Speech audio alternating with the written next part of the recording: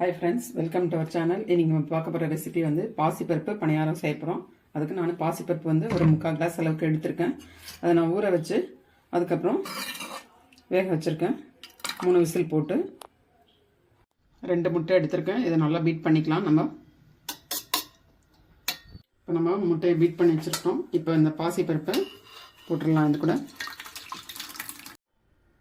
இப்போ 3/4 கிளாஸ் பாசிப்பருப்பு எடுத்திருக்கேன்னு சொன்னேன் இல்லைங்களா, அதே அளவுக்கு 3/4 கிளாஸ் வெல்லம் எடுத்திருக்கேன். இப்போ அதையும் போட்டு நம்ம கலந்துக்கலாம்.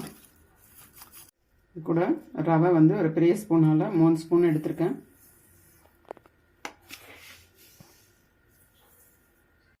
ரவை போட்டு எல்லாத்தையும் கலந்து வச்சாச்சு. இப்போ எல்லாத்தையும் கலந்து வச்சுட்டோம். நம்ம லாஸ்ட்டாக வந்து 1/2 கிளாஸ் அளவுக்கு மைதா மாவு எடுத்திருக்கோம். இதையும் போட்டு கலந்துக்கலாம். இப்போ நம்ம எதுக்காக மைதா மாவு கடைசியாக போடணும்னு சொல்லியிருக்கேன்னா, நம்ம வெல்லம் போடுறதுனால தண்ணி ஆகிடும். அதனால நம்ம ரெடி பண்ணிட்டு தான் கடைசியாக என்ன பண்ணணும்னா மைதா மாவு 1/2 கிளாஸ் போட்டுக்கணும். பணியார கடாய் வச்சாச்சு, எண்ணெய் போட்டாச்சு, சூடாயிடுச்சு. இப்போ நம்ம ஒவ்வொன்றா போட ஸ்டார்ட் பண்ணிடலாம்.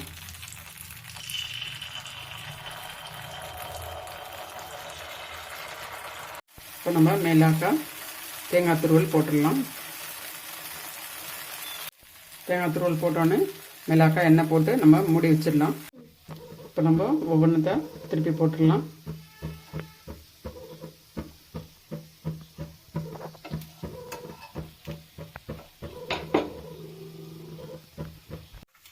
ரெடி ஆகிடுச்சு. நம்ம ஒன்றா எடுத்துடலாம்.